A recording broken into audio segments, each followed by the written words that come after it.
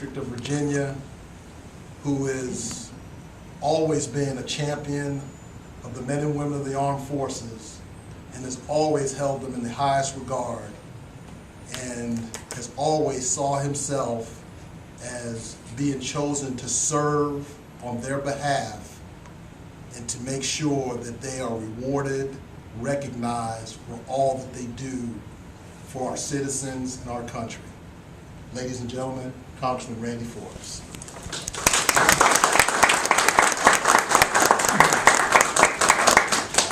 Well, Pat, it's my honor today to be here to present this medal to you. And as Ron said, heroism is something we use way too loosely today. We talk about athletes as being heroes and people and movie stars being heroes, but Ralph Waldo Emerson wrote that the characteristic of heroism was persistency.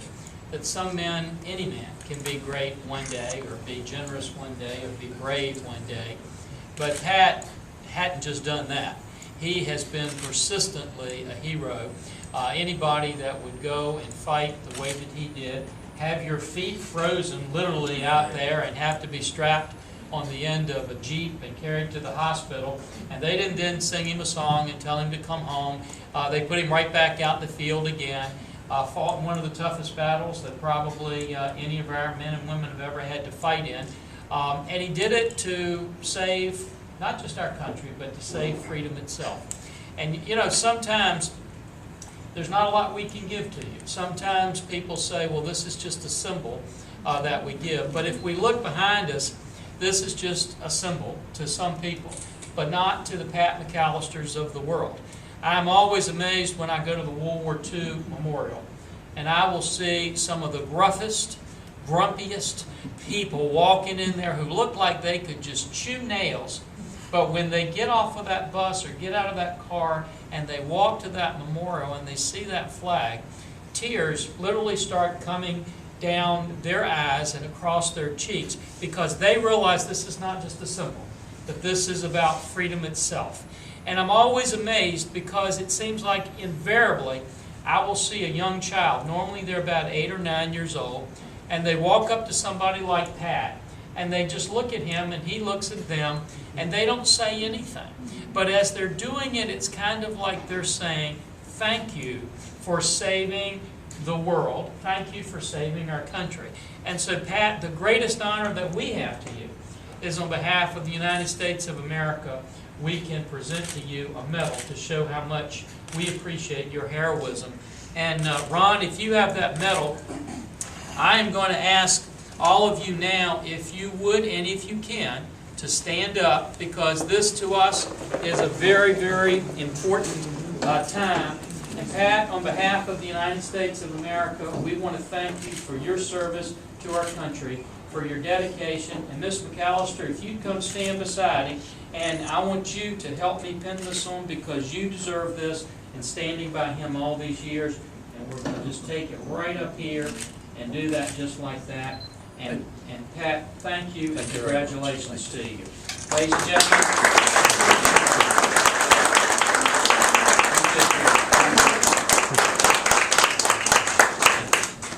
And then I want to present this certificate to you that is recognizing you as a distinguished individual having recognition of outstanding and valuable service to our country and to this community. Pat, thank you so much. God bless you. Thank you very much.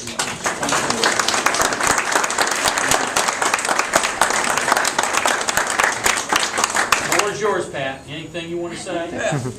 Let's see, I'll tell you a little bit about it. I went in the Army May 26, 1944. Took 16 weeks basic training. I was infantry. And after that, I took a little time off, and then I went to European theater. And while I was there, we fought through France, Belgium, Holland, right into Germany. And it was rough when we got to Germany.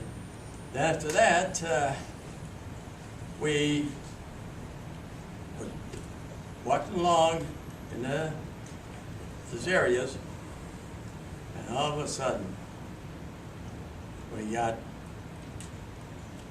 it because two European planes came after us. They fought, and we returned the fire, and when we knew it was enemy, we just radioed back, and two P-52s come and chase them away. They don't like those B-52s. And while they were strafing us, I was here, and I had my pack right here. And believe it or not, they tore up my pack, but didn't hit me because I was way down in that foxhole. So we continue on, and we just walked. And then we were at a stop. We hit a fella that shot in the air. And Bed Chick Charlie. The Bed Chick Charlie is the ones who want to come and get us. And he fired up, and boy, we took him to the ground quick. And after that, we made sure that he didn't do it again. Because they knew we were around that area, but they didn't know where. So then we got our foxhole, continued on, and we got into Germany. That's when it really was tough.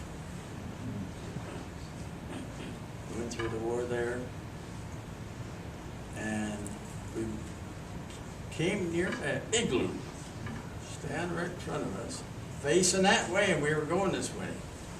So then the commander said, all right, half this way and half this way. So we both came around.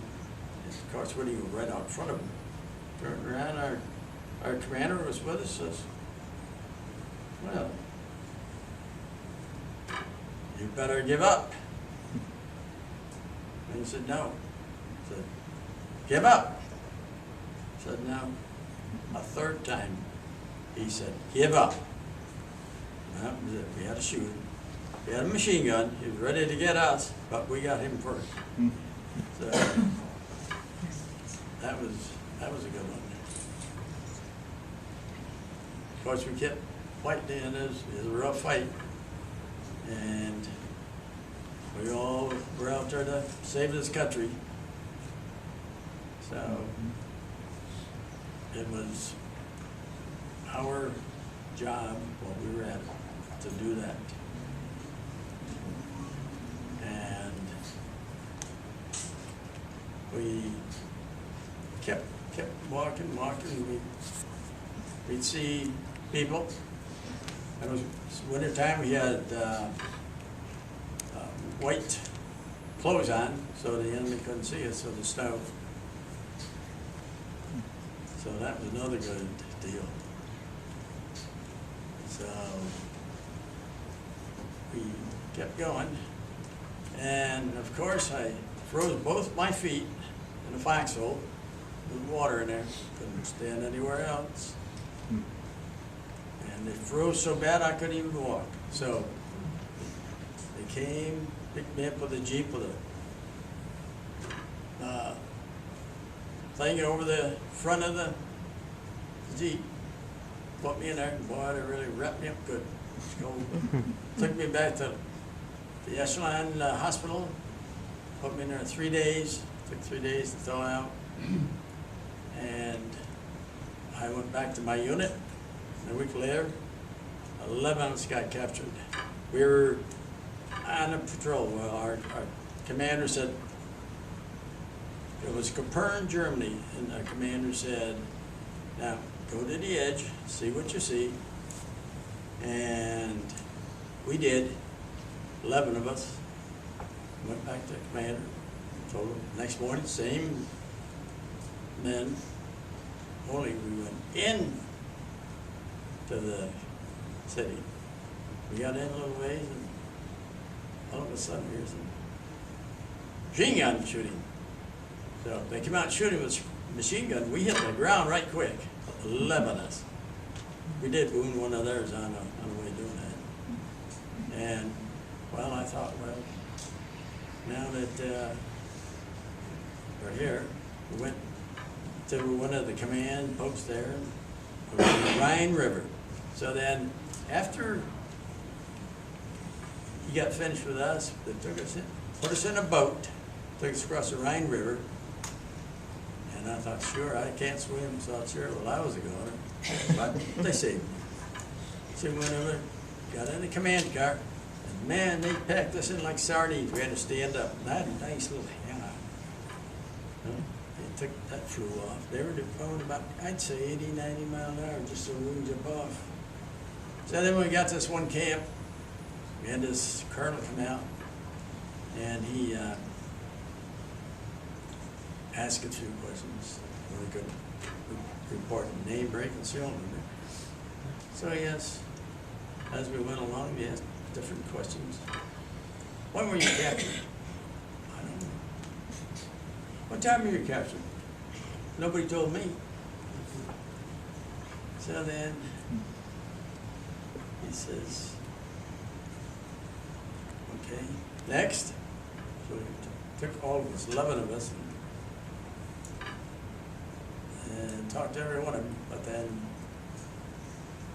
he said, well, we got a place for you.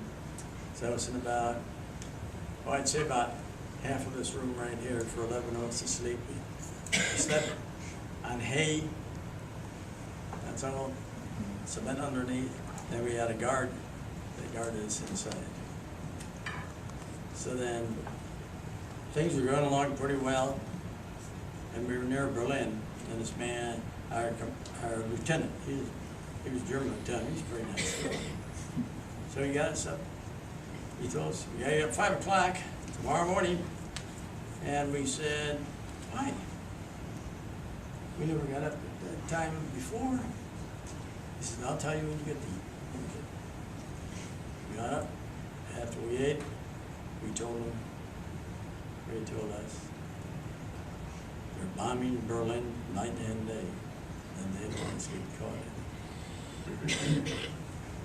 So we got out. And all we had to eat was bean soup, they call it, but it was like more water than anything else. And a slice of bread 7 days a week, every day. So then we got up there near Berlin. They said, well, here we go. We're going to get us out there before someone else gets us. So we walked 4 days, 4 nights, nothing to eat. And before I went overseas, I went to escape and evasion school. So then, on this long journey, I said to the fellas, I got in a group, and I said, look, I went through this escape and evasion school, and watch what I do. If I get away pretty easy, then you follow me. If I don't, no, don't you do that. So I says, I want to drink the water. Every 10 minutes we stop walking. So then I thought, well, just one's going to go with me to get some water. 2 Germans and myself. They got the water, but I said, can't do it. So I went back to the group and I told them, just once. So we worked our 4 nights. And then when we got, it was near the end of the war, we went to another camp, and we stayed there until the war was over. They wouldn't let us go before. At that time, there was a little place in front of a bridge that we go over, and it looked like one of those demolition. So I thought to myself, "Oh, we're going to get it this time." No. So we walked down 2 miles down the road, right across. Jesus and took us back to our unit. So that's part of what we did. And I appreciate all your people coming. Thank you. And that I'll always remember this. And thank you, sir, very much.